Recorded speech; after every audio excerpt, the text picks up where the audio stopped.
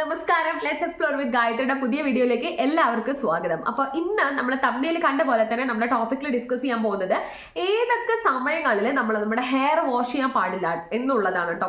Washing എന്ന് ഇവിടെ ഞാൻ ഉദ്ദേശിക്കുന്നത് പാക്ക് യൂസ് ചെയ്തിട്ടോ അല്ലെങ്കിൽ എണ്ണ യൂസ് ചെയ്യുന്ന ആൾക്കാരാണെങ്കിൽ എണ്ണയിട്ട് മസാജ് ചെയ്തിട്ടോ അല്ലെങ്കിൽ ഷാമ്പു യൂസ് ചെയ്യുന്ന ആൾക്കാരാണെങ്കിൽ ഷാമ്പു യൂസ് ചെയ്തിട്ട് അങ്ങനത്തെ ഒരു ക്ലീനിങ് പ്രോസസ്സ് നമ്മൾ എപ്പോഴൊക്കെ ചെയ്യാൻ പാടില്ല എന്നുള്ളതിനെ കുറിച്ചാണ് ഇന്ന് ഈ വീഡിയോയിൽ ഡിസ്കസ് ചെയ്യാൻ പോകുന്നത്. സോ നമുക്ക് അധികം താമസിപ്പിക്കാതെ വീഡിയോയിലേക്ക് വേഗം തന്നെ കടക്കാം. ആദ്യമായി തന്നെ നമുക്കറിയാലോ, ഞാൻ എൻ്റെ കഴിഞ്ഞ വീഡിയോയിലും പറഞ്ഞിട്ടുണ്ട്, നിങ്ങൾ ഏത് ഹെയർ പാക്കുകൾ നിങ്ങളുടെ മുടിയിൽ അപ്ലൈ ചെയ്യുകയാണെങ്കിലും എന്തൊരു കാര്യം ചെയ്യണമെങ്കിലും ഫസ്റ്റ് ആൻഡ് ഫോർമോസ്റ്റ് തിങ് ആയിട്ട് നിങ്ങൾ സൂക്ഷിക്കേണ്ടത് നിങ്ങളുടെ സ്കാൽപ്പാണ് കേട്ടോ.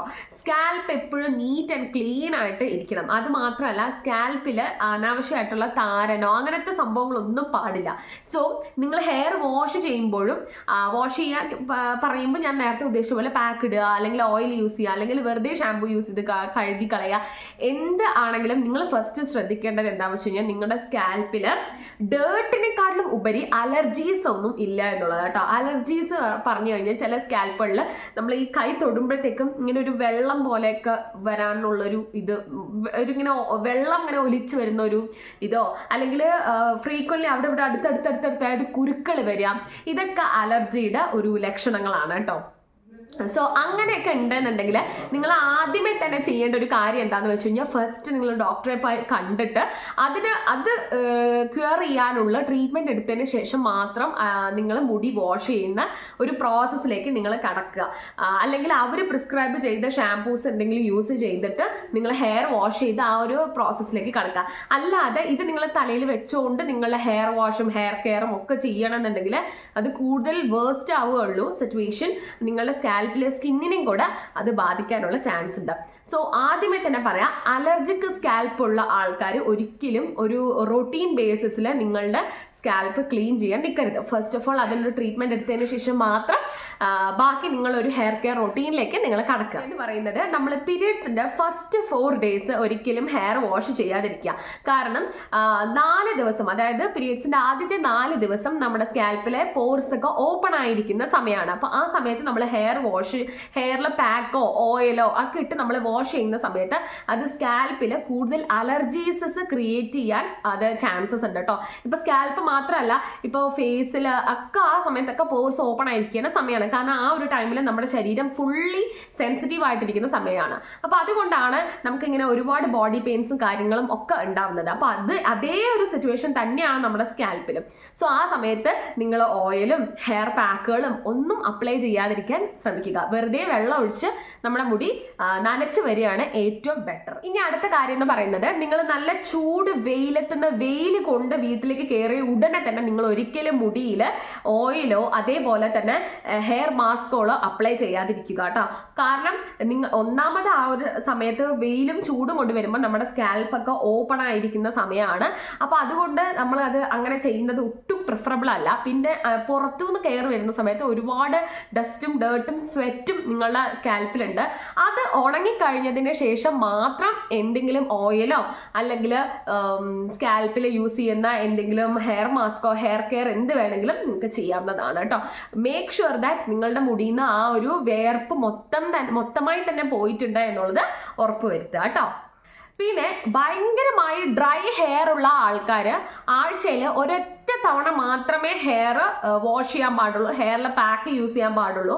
കാരണം എന്താണെന്ന് വെച്ച് കഴിഞ്ഞാൽ നിങ്ങൾ ഈ ഫ്രീക്വൻലി വാഷ് ചെയ്യുന്ന സമയത്ത് മുടിയുടെ ഡ്രൈനെസ് കൂടുകയും ചെയ്യും. ആൻഡ് അത് മാത്രമല്ല, അത് മുടി പെട്ടെന്ന് പൊട്ടിപ്പോവാനുള്ള ചാൻസസ് ഉണ്ട്. അത് മാത്രമല്ല, സ്കാൽപ്പിനെയും അത് ഡ്രൈ ആക്കും. പിന്നെ സ്കാൽപ്പിൽ നിന്ന് തന്നെ ഒരു വൈറ്റ് കളർ പൊടി പ്രൊഡ്യൂസ് ചെയ്യാൻ തുടങ്ങും. അത് നിങ്ങൾക്ക് ഇച്ചിങ്ങിന് ചാൻസസ് ഉണ്ട് കേട്ടോ, ഒരു ചൊറിച്ചൽ വരാൻ ചാൻസ് ഉണ്ട്. അതുകൊണ്ട് ഡ്രൈ സ്കാൽപ്പും ഡ്രൈ ഹെയറും ഉള്ള ആൾക്കാരെ ശ്രദ്ധിക്കുക. ആഴ്ചയിൽ ഒരു തവണ മാത്രം നിങ്ങൾ നിങ്ങളുടെ ഹെയർ പാക്കുകളോ അല്ലെങ്കിൽ ഓയിലോ ഇട്ടിട്ട് മുടി ക്ലീൻ ആക്കി കഴുകുക എന്നുള്ളതാണ് നിങ്ങൾ ശ്രദ്ധിക്കേണ്ട ഏറ്റവും ഇമ്പോർട്ടൻ്റ് ആയിട്ടുള്ള ഒരു കാര്യം. ഇനി ഓയിലി ഹെയർ അല്ലെങ്കിൽ ഓയിലി സ്കാൽപ്പ് ഉള്ള ആൾക്കാരാണ് എന്നുണ്ടെങ്കിൽ നിങ്ങൾക്ക് ആഴ്ചയിൽ ഒരു 2 തൊട്ട് 3 തവണ വരെ നിങ്ങൾക്ക് നിങ്ങളുടെ ഹെയർ ക്ലീൻ ചെയ്യാവുന്നതാണ്. ആൻഡ് അതും നിങ്ങൾക്ക് ഓയിൽ ഇടണം എന്നൊന്നുമില്ല. നിങ്ങൾക്ക് വല്ല ഹെയർ മാസ്കുകളോ അല്ലെങ്കിൽ എന്തെങ്കിലും പാക്കോ എന്തെങ്കിലും യൂസ് ചെയ്ത് നിങ്ങൾ നിങ്ങളുടെ ഹെയറിനെ നന്നായിട്ട് ക്ലീൻ ചെയ്തെടുക്കാൻ ശ്രദ്ധിക്കുക. കാരണം എന്താണെന്ന് വെച്ച് കഴിഞ്ഞാൽ ഓയിലി സ്കാൽപ്പ് ഉള്ളവർക്ക് സ്കാൽപ്പിൽ തന്നെ ഒരു സോഴ്സ് ഓഫ് ഓയിൽ പ്രൊഡ്യൂസ് ചെയ്യും. അപ്പോൾ അതിൻ്റെ കൂടെ നിങ്ങൾക്ക് ഓയിൽ യൂസ് ചെയ്യണം എന്നില്ല. നിങ്ങളുടെ മുടിക്ക് വേണ്ട ഓയിൽ കണ്ടന്റ് നിങ്ങളുടെ സ്കാൽപ്പ് തന്നെ പ്രൊഡ്യൂസ് ചെയ്യും. സോ അതുകൊണ്ട് ഓയിൽ എക്സസ് ആയിട്ട് ഇട്ടിട്ട് നിങ്ങളുടെ മുടിക്ക് വിപരീത ഫലം ഉണ്ടാക്കാതിരിക്കാൻ നിങ്ങൾ ശ്രദ്ധിക്കുക. പിന്നെ നെക്സ്റ്റ് തിങ് നിങ്ങൾ ശ്രദ്ധിക്കേണ്ട കാര്യം എന്താണെന്ന് വെച്ച് കഴിഞ്ഞാൽ നിങ്ങൾ ഏത് ഹെയർ മാസ്കുകൾ അപ്ലൈ ചെയ്യുമ്പോഴും നിങ്ങളുടെ സ്കാൽപ്പിൽ അഴുക്ക് വെച്ചുകൊണ്ട് അപ്ലൈ ചെയ്യരുത് കേട്ടോ. കാരണം ക്ലീൻ ആയിട്ടുള്ള സ്കാൽപ്പിൽ എന്ത് അപ്ലൈ ചെയ്താലും അത് നിങ്ങളുടെ ഹെയറിലേക്ക് അത് പിടിക്കും. അത് മാത്രമല്ല ഹെയർ ഗ്രോത്തിന് അത് നല്ലോണം ഹെൽപ്പ് ചെയ്യുകയും ചെയ്യും കേട്ടോ. അഴുക്കും പൊടിയും ഡസ്റ്റും ഉള്ള സ്കാൽപ്പിൽ നിങ്ങൾ എന്ത് ഹെയർ മാസ്കുകൾ അപ്ലൈ ചെയ്താലും അത് ഒരിക്കലും നിങ്ങൾക്ക് ഒരു ഗുണവും തരില്ല എന്ന് മാത്രമല്ല ഈ ഹെയർ മാസ്കുകളും ആ ഡേർട്ടും അവിടെ ഇരുന്ന് മിക്സപ്പായി നിങ്ങളുടെ സ്കാൽപ്പ് അലർജി ഉണ്ടാക്കാൻ ചാൻസ് ഉണ്ട്. ആൻഡ് ആ സമയത്ത് ഇത് നമ്മൾക്ക് മാറ്റി നിർത്താൻ വേണ്ടി ഞാൻ പ്രിഫർ ചെയ്യുന്നത് എന്താണെന്ന് വെച്ചാൽ ഞാൻ എപ്പോഴും ഹെയർ മാസ്കോ എന്തെങ്കിലും അപ്ലൈ ചെയ്യുന്നതിൻ്റെ തലേ ദിവസം ഒരു മൈൽഡ് സോപ്പോ അല്ലെങ്കിൽ എന്തെങ്കിലും മൈൽഡ് ആയിട്ടുള്ള ഏതെങ്കിലും ഷാംപൂസോ അല്ലെങ്കിൽ മൈൽഡ് സോപ്പോ യൂസ് ചെയ്ത് സ്കാൽപ്പ് മാത്രം ഒന്ന് ക്ലീൻ ചെയ്തെടുക്കുക. സ്കാൽപ്പ് മാത്രം മതി, ജസ്റ്റ് ക്ലീൻ ചെയ്തിട്ട് സ്കാൽപ്പ് മാത്രം ക്ലീൻ ചെയ്തെടുക്കുക. ആഫ്റ്റർ ദാറ്റ് അതിൻ്റെ അടുത്ത ദിവസമാണ് ഹെയർ കെയർസ് എന്തെങ്കിലും ഉണ്ടെങ്കിൽ ഹെയർ പാക്കുകൾ എന്തെങ്കിലും ഉണ്ടെങ്കിൽ അത് അപ്ലൈ ചെയ്യാം. ഇനി ഏതൊക്കെ രീതികളിൽ ഹെയർ ക്ലീൻ ചെയ്യരുത് എന്നുള്ളത് പറഞ്ഞുതരാം കേട്ടോ. അതായത് ഹെയർ ക്ലീൻ ചെയ്യാനും അല്ലെങ്കിൽ ഹെയർ മാസ്കുകൾ അപ്ലൈ ചെയ്യാനും ഹെയർ കെയർ ചെയ്യാനും ഓരോരോ രീതികളുണ്ട് കേട്ടോ. സോ ഏതൊക്കെ രീതിയിൽ ഇത് ചെയ്യാൻ പാടില്ല എന്നുള്ളതിനെ പറ്റിയിട്ട് ഒരു ചുരുക്കത്തിൽ പറഞ്ഞുതരാം. ആദ്യം തന്നെ ഹെയർ ഓയിൽസ് യൂസ് ചെയ്ത് കെയർ ചെയ്യുന്ന ആൾക്കാരാണ് എന്നുണ്ടെങ്കിൽ ഒരിക്കലും പലതരം എണ്ണകൾ നിങ്ങളുടെ മുടിയിൽ പരീക്ഷിക്കരുത് കേട്ടോ. ഇപ്പം നിങ്ങൾ ഒരു ഓയിൽ മാത്രം മുടിയിൽ യൂസ് ചെയ്യാൻ ശ്രമിക്കുക. കോക്കനട്ട് ഓയിൽ ആണെങ്കിൽ അത്, അല്ലെങ്കിൽ വീട്ടിൽ കുറച്ച് ഇൻഗ്രീഡിയൻസുകളൊക്കെ യൂസ് ചെയ്ത് കാച്ചിയെടുക്കുന്ന എണ്ണയാണെങ്കിൽ അങ്ങനെ, അതല്ലെങ്കിൽ കടയിൽ നിന്ന് വാങ്ങുന്ന ആയുർവേദശാലയിൽ നിന്ന് വാങ്ങുന്ന ഏതെങ്കിലും ഓയിലാണെങ്കിൽ അങ്ങനെ. ഒരു ടൈപ്പ് ഓഫ് ഓയിൽ മാത്രം നിങ്ങളുടെ മുടിയിൽ അപ്ലൈ ചെയ്യാൻ ശ്രമിക്കുക. കാരണം പലതരം എണ്ണകൾ യൂസ് ചെയ്യുമ്പോൾ ഈ എണ്ണകളുടെയൊക്കെ ഫലം നിങ്ങളുടെ മുടിയിൽ ശരിക്കും കിട്ടാതിരിക്കുകയാണ് ചെയ്യുക. കാരണം ഏതൊരു നാച്ചുറൽ പ്രോഡക്റ്റോ അല്ലെങ്കിൽ ഒരു നാച്ചുറൽ ഇൻഗ്രീഡിയൻറ്റ് നിങ്ങളുടെ ഹെയറിൽ നിങ്ങൾ അപ്ലൈ ചെയ്യണമെങ്കിലും അത് പ്രോസസ്സ് ചെയ്തെടുക്കാൻ കുറച്ച് സമയം എടുക്കും. സോ അതുകൊണ്ട് എപ്പോഴും ഒരു ടൈപ്പ് ഓഫ് ഓയിൽ അല്ലെങ്കിൽ ഒറ്റ എണ്ണ മാത്രം നിങ്ങൾ മുടിയിൽ യൂസ് ചെയ്യാൻ ശ്രമിക്കുക. പലതരം എണ്ണകൾ യൂസ് ചെയ്യുമ്പോൾ അതിൻ്റെ ഒന്നിൻ്റെയും ഗുണം നിങ്ങളുടെ മുടിയിലേക്ക് നിങ്ങൾക്ക് കിട്ടാതിരിക്കുകയാണ് അറ്റ് ദി എൻഡ് സംഭവിക്കുന്നത്. ഇതേപോലെ തന്നെയാണ് നിങ്ങൾ ഹെയർ മാസ്കുകൾ അപ്ലൈ ചെയ്യുമ്പോഴും പലതരം ഇൻഗ്രീഡിയൻസ് ഇട്ട് പലതരം മാസ്ക് ഉണ്ടാക്കി നിങ്ങൾ മുടിയിൽ അപ്ലൈ ചെയ്യുന്ന സമയത്ത് നിങ്ങൾക്ക് മുടിയിൽ ഒരിക്കലും ഒരു ഗുണവും കിട്ടില്ല. ഇപ്പം നിങ്ങൾ നല്ലൊരു ഗുണം കിട്ടാൻ വേണ്ടിയിട്ടുള്ളൊരു മാസ്ക് ആണെന്നുണ്ടെങ്കിൽ ആ ഒരു മാസ്ക് മിനിമം നിങ്ങൾ 2 മാസം അല്ലെങ്കിൽ 1 മാസമെങ്കിലും മിനിമം സെയിം മാസ്ക് നിങ്ങൾ യൂസ് ചെയ്യണം.